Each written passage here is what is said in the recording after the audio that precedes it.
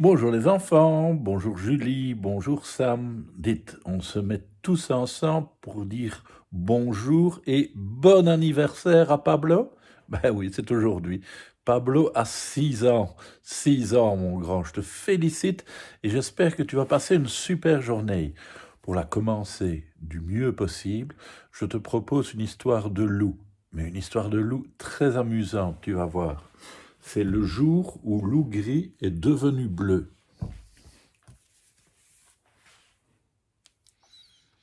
Loup Gris avait faim, très faim. Depuis des jours et des jours, il chassait dans la forêt, rôdait sur les chemins, mais n'attrapait rien. Pas un mouton, pas un lapin. Un matin, Loup Gris s'aventure dans un village. Il renifle sous un pont, renifle dans les rues, longe les murs des maisons.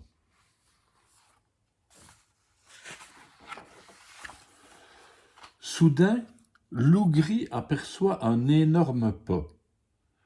Tiens, tiens, il y a quoi là-dedans? Quelque chose à se mettre sous la dent? Et hop, il saute sur le rebord du pot, mais zou, il glisse et plouf, tombe à l'intérieur. Dans le pot, c'est comme de l'eau. Loup Gris donne des coups de patte, tente de remonter, glisse à nouveau. À bout de souffle, il parvient enfin à sortir. Dans le pot, c'était de la peinture bleue. Loup Gris est devenu tout bleu, du museau jusqu'au bout de la queue. Oh là là, j'ai l'air de quoi comme ça? Soudain, il entend des bruits de pas. Sauf qui peut!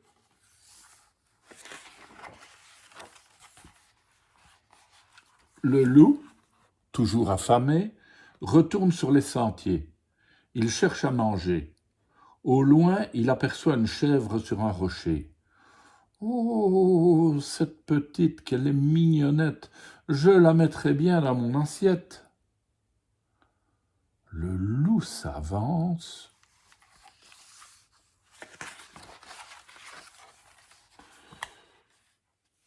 La chèvre ouvre grand les yeux, observe l'étrange animal bleu.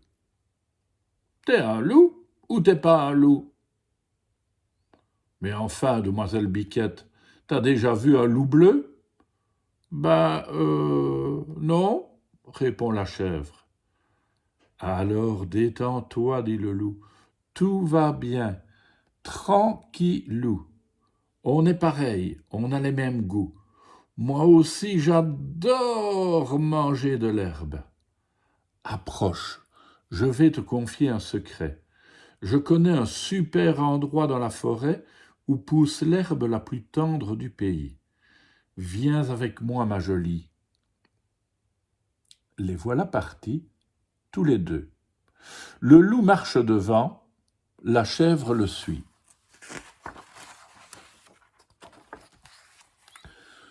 Sur le chemin, il croise un coq. Le coq ouvre grand les yeux, observe l'étrange animal bleu. T'es un loup ou t'es pas un loup? Franchement, coco la crête, t'as déjà vu un loup bleu? Non, ça n'existe pas, répond le coq. Tu vois bien, dit le loup, tu risques rien. No problemo, coco. Moi aussi, j'adore manger du maïs. Et tu sais quoi? Je connais un super endroit dans la forêt où pousse le maïs le plus savoureux du pays. Allez, je t'emmène dans ce petit coin de paradis. Viens avec nous, mon frère. Les voilà partis tous les trois. Le loup marche devant, la chèvre le suit, le coq est derrière. Plus tard, il rencontre un âne. L'âne ouvre grand les yeux, observe l'étrange animal bleu. T'es curieux. Tu me rappelles quelqu'un, mais je ne sais plus qui. Tu me vexes, compère aux belles oreilles, dit le loup. Je suis unique, je suis tout bleu, une vraie merveille. Crois-moi, on ne s'est jamais vu. Mais comme toi, j'adore manger du foin. T'as de la chance, je connais un super endroit dans la forêt où l'on trouve le foin le plus parfumé du pays. Viens avec nous, mon ami.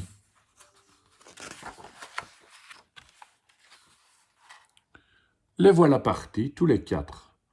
Le loup marche devant, la chèvre le suit, le coq est derrière, et l'âne en dernier. Tout content, le loup sourit à pleines dents. Hé, hé, hé. C'est génial d'être un loup bleu. Je suis vraiment le plus malin. Une fois dans la forêt, je vais tous les manger. Un vrai festin.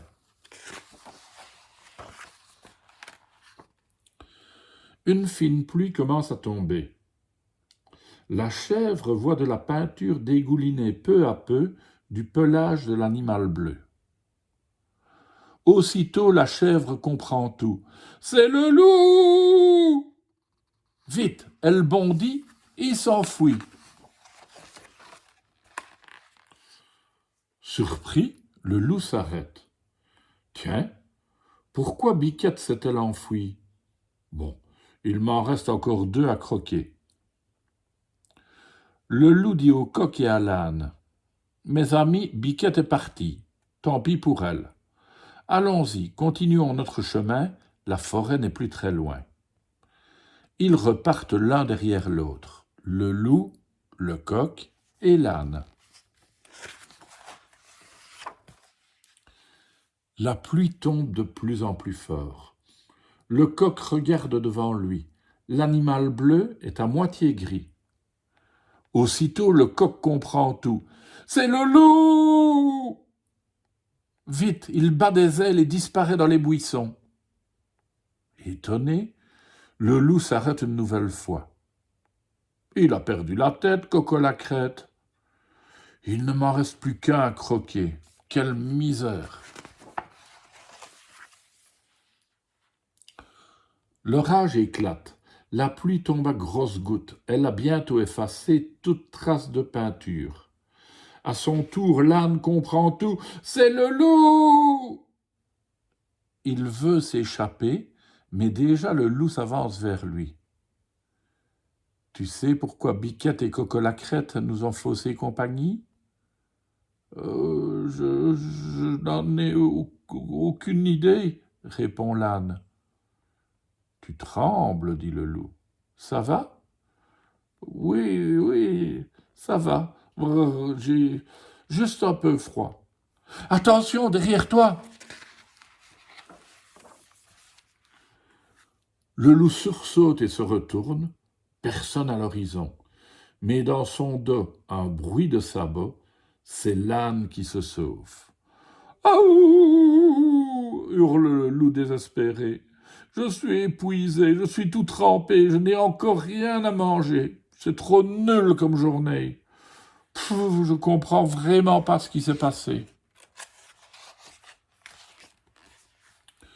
Soudain, grrr, un ours. Un ours énorme apparaît sur le chemin. Le loup recule. Bonjour monsieur. Vous êtes sacrément costaud. Vous habitez par ici? Je t'en pose des questions, grogne l'ours. Non, je vous demandais ça juste pour faire connaissance. Je me présente. Je suis de l'animal bleu. Ouais, bien sûr, dit l'ours. Et moi, je suis un éléphant rose. Tais-toi, loup gris, tu m'énerves. Loup gris baisse la tête et découvre son pelage gris. Je suis fichu. Arrête de reculer, mauviette, dit l'ours. T'es trop maigre, tout raplapla, tu m'intéresses pas. Mais je te préviens, ici c'est mon territoire. Si je te revois, je te bouffe. Loup gris s'enfuit. Il court sans se retourner. Longtemps, très longtemps.